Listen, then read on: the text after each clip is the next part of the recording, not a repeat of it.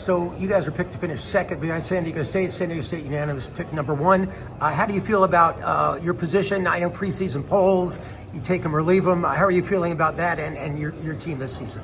Well, I didn't know that. I hadn't seen the release on that, to be honest with you. So so everybody voted for them. They were unanimous number one, and you guys are number two. I don't know why we're playing the games. Yeah, right. I mean, why would we play the regular season if everybody feels that way? No, I mean, at the end of the day, I don't even know who votes on these things. Is it true media people or? I think it's Mountain West Media. Yeah, I believe so. Yeah. Listen, I mean, I think San Diego State's a terrific program. I think they have two of the better players in the league. I give Coach Dutch and his staff a ton of credit for keeping those guys in this world. He's a coach that's welcomed me with open arms. Anytime I have a call or a question, if I had a vote, I would have picked them number one as well. But I'm sure he'll tell you the same thing. These things mean absolutely nothing. It's people's opinions. That's why I got off social media about 8 months ago, and I've been more clear and more present than I ever have. But I think this league's real this year. I think every year that you keep hearing it's going to be down and this and that, and every year we get 4 or 5 teams in the NCAA tournament. So there's great coaches and there's great players, and there's a lot of them walking around this building here at Media Day. Grand Canyon, you mentioned tough. That makes it even tougher.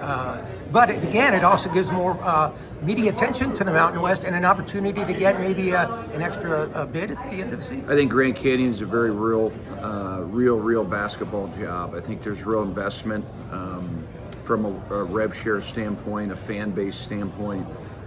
It's going to add another dimension, right? Hopefully another quad one game. We played them twice, so hopefully 2 games. But yeah, I think the league is going to be from top to bottom just terrific. You mentioned the Aztecs, keeping Miles Bird and keeping Magoo. Reese Waters is back. He could have possibly left. With NIL, you'd mentioned just how difficult is it to keep these guys, and it makes your job a lot tougher trying to match up against them. Dutch and I talked, and I thought, when he, I think it was in November or December, he came out publicly and said he's already met with all his players about retaining them moving forward. I think that's what makes him such a good coach. He's always ahead of the curve with thinking, and it's something we're going to do this year, right? We actually, we're one of the lowest at-large teams in America last year as far as the financials, right? We had $800,000. There was 36 bids in the entire country.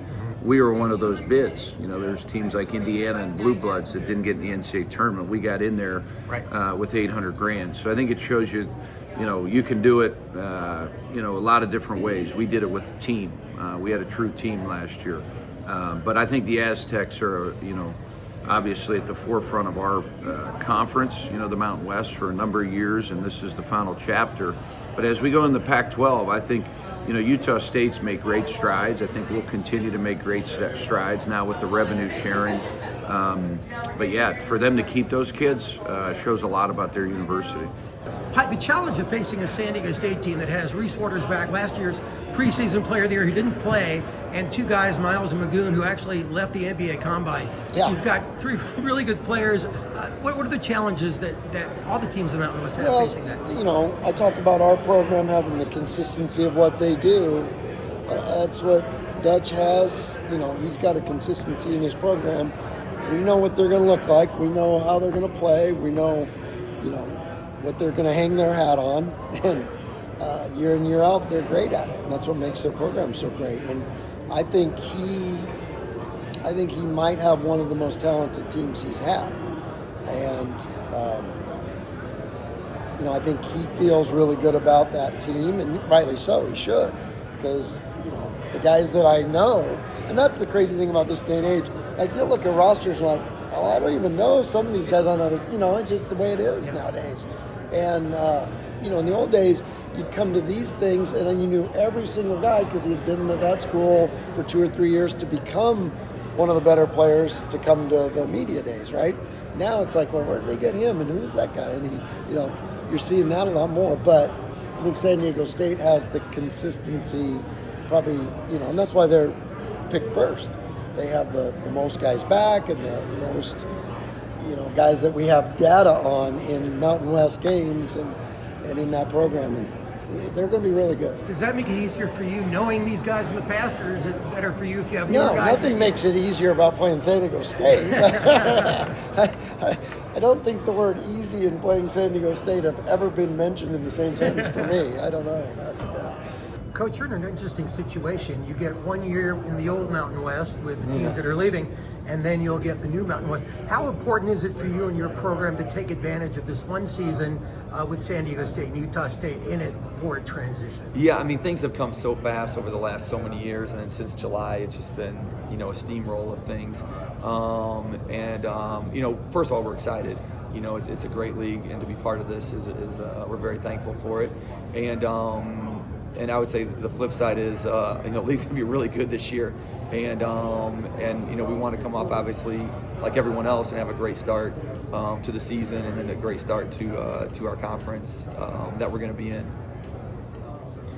Grant Handy has had some success against San Diego State at your place, and your crowd is absolutely crazy. What is it about Brian Dutch and his team? You've got Magoo Guath coming back, two guys who played in the Combine. Reese Waters, who was a preseason player of the year last year, didn't play.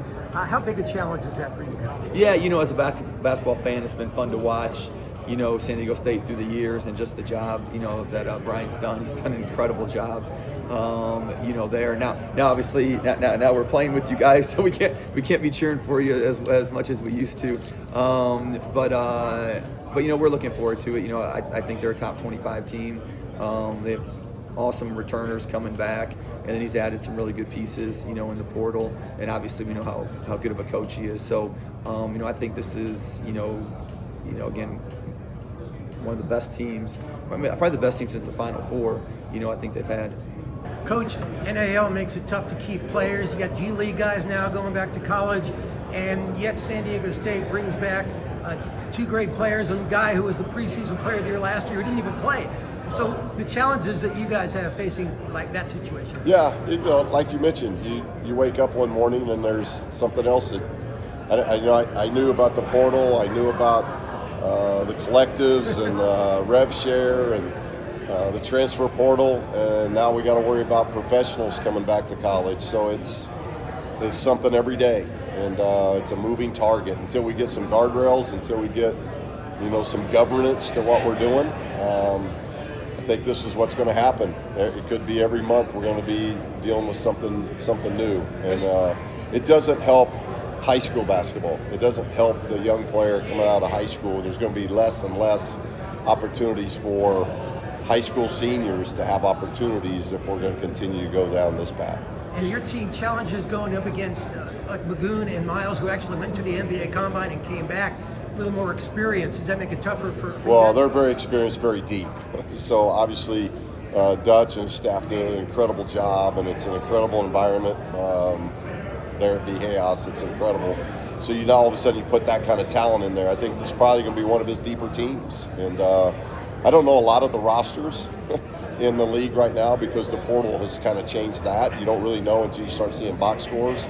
But with San Diego State, you know what they're returning. And they're legitimate as being the favorite to win this thing, so they're going to be with the team everybody's chasing. Coach, you more than anybody know the challenges of facing Brian Dutcher's team at Viejas. You guys gave him a game last year, early in the season. Talk about facing San Diego State picked to finish first in the conference. What is it about facing Brian Dutcher's teams that makes it so tough? Well, I mean, he's a fantastic coach. That's a great program. Specifically, when you're there, it's a great environment, right? Student section's fantastic. So there's a ton of challenges, right? They got really talented players. They have depth. They have, they're traditionally one of the best defensive teams in the country. I think they have some, with the roster they put together, some offensive upside, with this year's roster. So. Yeah, great team, great program, ton of respect for those guys, and it's a lot of fun to compete against them.